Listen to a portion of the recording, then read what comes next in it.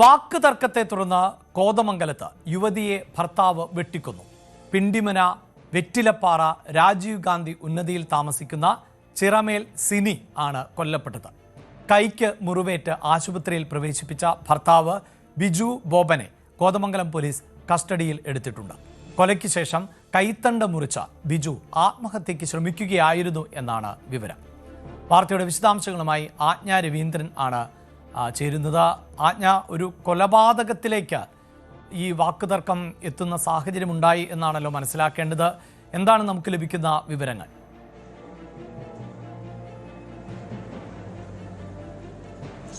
അഭിലാഷ്, ഇന്നലെ രാത്രി 8 മണിയോടുകൂടിയാണ് ഈ സിനിയെ വെട്ടേറ്റ നിലയിൽ വീട്ടിൽ കണ്ടെത്തുന്നത്. അതിനുശേഷം പോലീസ് നടത്തിയ അന്വേഷണത്തിലാണ് സിനിയും ഭർത്താവ് ബിജു ബോബനും തമ്മിലുണ്ടായ തർക്കത്തെ തുടർന്നാണ് ഇത്തരത്തിൽ വാക്കത്തിക്കൊണ്ട് അവരുടെ കഴുത്തിൽ വെട്ടുകയായിരുന്നു ബിജു ബോബൻ ചെയ്തിരുന്നത്. തുടർന്ന് സിനി മരിച്ചതിന് ശേഷം ഇദ്ദേഹം ആത്മഹത്യക്ക് ശ്രമിക്കുകയായിരുന്നു. കൈ ഞരമ്പ് മുറിച്ച് ആത്മഹത്യക്ക് ശ്രമിക്കുകയായിരുന്നു. ബിജു ബോബനെ ആശുപത്രിയിൽ കൈത്തണ്ട മുറിഞ്ഞ നിലയിൽ ആശുപത്രിയിൽ എത്തിക്കുകയും ചെയ്തിരുന്നു. എന്തായാലും രണ്ട് പേർ തമ്മിലുണ്ടായ വാക്കുതർക്കമാണ് ഇത്തരത്തിലുള്ള കൊലപാതകത്തിലേക്ക് നയിച്ചത് എന്നുള്ളതാണ് ഇതിൽ നിന്ന് മനസ്സിലാക്കാൻ കഴിയുന്നത്. സിനി കോതമംഗലത്തെ ഒരു സ്വകാര്യ ആശുപത്രി ജീവനക്കാരിയാണ്. സ്വകാര്യ ആശുപത്രിയിൽ തന്നെയാണ് നിലവിൽ മൃതദേഹം സൂക്ഷിച്ചിരിക്കുന്നത്. പോസ്റ്റ്മോർട്ടം നടപടികൾക്ക് ശേഷം മൃതദേഹം ബന്ധുക്കൾക്ക് വിട്ടു നൽകുമെന്നാണ് അറിയുന്നത്. എന്നാൽ കോതമംഗലം പോലീസ് ബിജു ബോബനെ അറസ്റ്റ് ചെയ്തിട്ടുണ്ട്. ഈ വിശദാംശങ്ങൾ, അതായത് ചോദ്യം ചെയ്യലുമായി ബന്ധപ്പെട്ടുള്ള വിശദാംശങ്ങൾ ചോദിച്ചറിയുന്നതിനിടെയാണ് ഇത്തരത്തിൽ ബിജു ബോബൻ സിനിയെ പരിക്കേൽപ്പിച്ചതാണ്, വെട്ടിക്കൊലപ്പെടുത്തിയതാണ് എന്നുള്ള വിവരം പുറത്തു വരുന്നത്. എന്തായാലും ഈ ദമ്പതികൾ തമ്മിലുണ്ടായ വാക്കുതർക്കത്തെ തുടർന്നാണ് ഇത്തരത്തിലൊരു കൊലപാതകത്തിലേക്ക് നയിച്ചത് എന്നുള്ള വിവരമാണ് നിലവിൽ മനസ്സിലാക്കാൻ കഴിയുന്നത്. കോതമംഗലം പിണ്ടിമനയിലാണ് ഈ സംഭവം ഉണ്ടായിരിക്കുന്നത്. പിണ്ടിമന വെറ്റിലപ്പാറ രാജീവ് ഗാന്ധി കോളനിയിൽ താമസിക്കുന്ന ആളുകളാണ് ഈ സിനി ബിജുവും ഭർത്താവ് ബിജു ബോബനും. എന്തായാലും ബിജു ബോബനെ നിലവിൽ പോലീസ് കസ്റ്റഡിയിൽ എടുത്തിട്ടുണ്ട്, അറസ്റ്റ് രേഖപ്പെടുത്തിയിട്ടുണ്ട്. അതേസമയം സിനിയുടെ മൃതദേഹം മറ്റ് നടപടിക്രമങ്ങൾക്ക് ശേഷം ബന്ധുക്കൾക്ക് വിട്ടു നൽകും. ഇതിൽ ആജ്ഞ, ഈ ഒരു പശ്ചാത്തലം, അതായത് ഈ ബിജുവിൻ്റെ ഒരു പശ്ചാത്തലം മനസ്സിലാക്കാൻ പറ്റുന്നുണ്ടോ? തീർച്ചയായും ഇത്തരം വിവരങ്ങൾ ലഭിക്കുന്നതിന് ബുദ്ധിമുട്ടുണ്ടാകാമെങ്കിൽ പോലും ഈ വാക്കുതർക്കം എന്ന് പറയുമ്പോൾ ഇവർക്കിടയിൽ കുടുംബ പ്രശ്നം സ്ഥിരമായിരുന്നോ? ഈ ബിജുവിൻ്റെ ഒരു സ്വഭാവം, അദ്ദേഹം മദ്യപിക്കുകയോ അങ്ങനെ എന്തെങ്കിലും പശ്ചാത്തലം ഉണ്ടായിരുന്നോ? ആ വിവരങ്ങൾ പോലീസിൽ നിന്ന് ലഭിക്കുന്നുണ്ടോ ആജ്ഞ?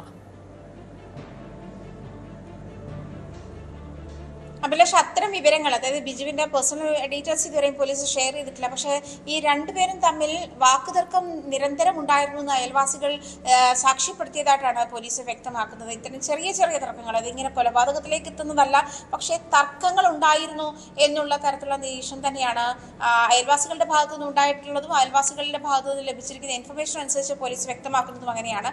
ആ ഒരു നിരീക്ഷണത്തിലാണ് പോലീസ് ഉള്ളത്. പക്ഷേ ഈ അഭിലാഷ് സൂചിപ്പിച്ചതുപോലെ പ്രധാനമായും ഇപ്പോൾ കേരളത്തിൽ അങ്ങോളം ഇങ്ങോളം ഇത്തരത്തിൽ ദമ്പതികൾ തമ്മിലുണ്ടായ തർക്കവും അതല്ലെങ്കിൽ കുടുംബ ബന്ധങ്ങളെ കൂടുതൽ മാനിക്കാത്ത തരത്തിലേക്ക് ഇത്തരം തർക്കങ്ങളും അത് കൊലപാതകത്തിലെത്തുകയും ചെയ്യുന്ന സംഭവങ്ങൾ തികച്ചും സാധാരണമായി മാറിയിരിക്കുന്ന ഒരു സാഹചര്യം കൂടിയുണ്ട്. മദ്യപാനത്തെ തുടർന്ന് കുടുംബത്തിലുള്ള അച്ഛനെ കഴിഞ്ഞ ദിവസം നമുക്കറിയാം തൃശ്ശൂര് അച്ഛനെ ജീവനാംശം നൽകുന്നതിനുള്ള അനുകൂല വിധി നേടിയ അച്ഛനെ മകൻ കൊലപ്പെടുത്തിയ സംഭവം, അതിനു മുൻപ് മദ്യപാനത്തെ തുടർന്ന് മക്കളെയും ഭാര്യയും കൊലപ്പെടുത്തിയ സംഭവം, ഇത്തരം സംഭവങ്ങളൊക്കെ ഇങ്ങനെ കുടുംബ പശ്ചാത്തലങ്ങളിൽ അത്തരം കുടുംബ ബന്ധങ്ങൾക്ക് കൂടുതൽ ഒരു വില കൽപ്പിക്കാതെ അതിനെ കൺസിഡർ ചെയ്യാതെ ഉള്ള ഇത്തരം സംഭവങ്ങൾ സർവ്വസാധാരണമായി മാറിയിരിക്കുകയാണ് കേരളത്തിൽ എന്നുള്ളതാണ് പോലീസും വ്യക്തമാക്കുന്ന. അത്തരം ക്രൈമുകളുടെ എണ്ണം കൂടുകയാണ്. പ്രത്യേകിച്ചും കുടുംബ പശ്ചാത്തലത്തിൽ സംശയത്തിന്റെ പേരിലുള്ള കൊലപാതകങ്ങൾ, ഭർത്താവിനെ സംശയിച്ചതിന്റെ പേരിലുള്ള കൊലപാതകങ്ങൾ, അതല്ലെങ്കിൽ മയക്കുമരുന്നിന് അടിമയായി കുടുംബത്തിലുള്ള ആൾക്കാരെ കൊലപ്പെടുത്തൽ, സാമ്പത്തിക ഇടപാടുമായി ബന്ധപ്പെട്ടുള്ള പ്രശ്നങ്ങളെ തുടർന്നും തർക്കങ്ങളെ തുടർന്നുമുള്ള കൊലപാതകങ്ങൾ, നേരത്തെ സ്ത്രീധന പീഡനവും അതല്ലെങ്കിൽ മറ്റ് ഗാർഹിക പീഡന കൊലപാതകങ്ങളും എടുക്കുമ്പോഴും ഇത്തരമുള്ള കൊലപാതകങ്ങൾക്ക് കൂടിയുള്ള സ്പേസ് അത് കൂടിക്കൂടി വരുന്നു എന്നുള്ളതാണ്. എണ്ണത്തിൽ വല്ലാതെ കൂടിക്കൂടി വരുന്നു എന്നുള്ളതും പുതിയ കണക്കുകൾ അത്തരത്തിലാണ് സൂചിപ്പിക്കുന്നത്. ഈ ഒരാഴ്ചയിൽ തന്നെ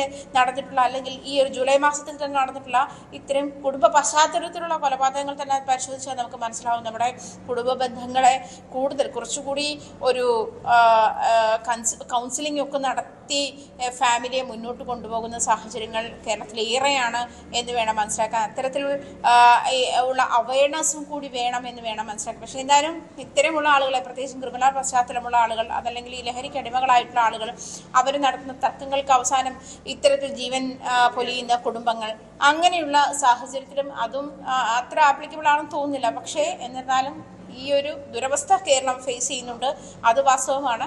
പ്രത്യേകിച്ചും ക്രൈം റെക്കോർഡ്സ് അനുസരിച്ചിട്ട് പുറത്തു വരുന്ന വിവരങ്ങൾ, അല്ല കൊലപാതക ശ്രമങ്ങളുടെയും കൊലപാതകങ്ങളുടെയും വിവരങ്ങൾ അനുസരിച്ചും കുടുംബ പശ്ചാത്തലത്തിലുള്ള കൊലപാതകങ്ങൾ ഏറെയാണ്. അഭിലാഷ്, യെസ്, എന്തായാലും വാക്ക് തർക്കത്തെ തുടർന്നാണ് കോതമംഗലത്ത് യുവതിയെ ഭർത്താവ് വെട്ടിക്കൊന്നത് എന്നതാണ് പോലീസിന്റെ പ്രാഥമികമായ നിഗമനം. പിണ്ടിമന വെറ്റിലപ്പാറ രാജീവ് ഗാന്ധി ഉന്നതിയിൽ താമസിക്കുന്ന ചിറമേൽ സിനി എന്ന യുവതിയാണ്. 46 വയസ്സാണ് ഇപ്പോൾ മനസ്സിലാക്കാൻ സാധിക്കുന്നത്. ഇവർക്കിടയിൽ കുടുംബ വഴക്ക് സ്ഥിരമായിരുന്നു എന്ന് പ്രദേശവാസികൾ പറയുന്നുണ്ട്. മറ്റാർക്കും ഇതിൽ പങ്കില്ല എന്നുള്ളതാണ് പോലീസിന് പ്രാഥമികമായ വിവരം. അതിനിടെ കൈക്ക് മുറിവേറ്റ് ആശുപത്രിയിൽ പ്രവേശിപ്പിച്ച ഭർത്താവ് ബിജു ബോബനെ കോതമംഗലം പോലീസ് കസ്റ്റഡിയിൽ എടുത്തിട്ടുണ്ട്. കൊലയ്ക്ക് ശേഷം കൈത്തണ്ട മുറിച്ച് ബിജു ആത്മഹത്യയ്ക്ക് ശ്രമിക്കുകയായിരുന്നു എന്നതാണ് പോലീസിന് പ്രാഥമികമായി മനസ്സിലാക്കാൻ സാധിച്ചിട്ടുള്ളത്. വിശദമായ പരിശോധനകൾ ഉൾപ്പെടെ ഈ കൊലപാതകം നടന്ന ഇടത്ത് ഫോറൻസിക് സംഘം ഉൾപ്പെടെ എത്തി വിശദമായ പരിശോധനകൾ തുടരുകയാണ്. കൂടുതൽ വാർത്തകൾക്ക് news 18 Keralam YouTube channel subscribe ചെയ്യുക.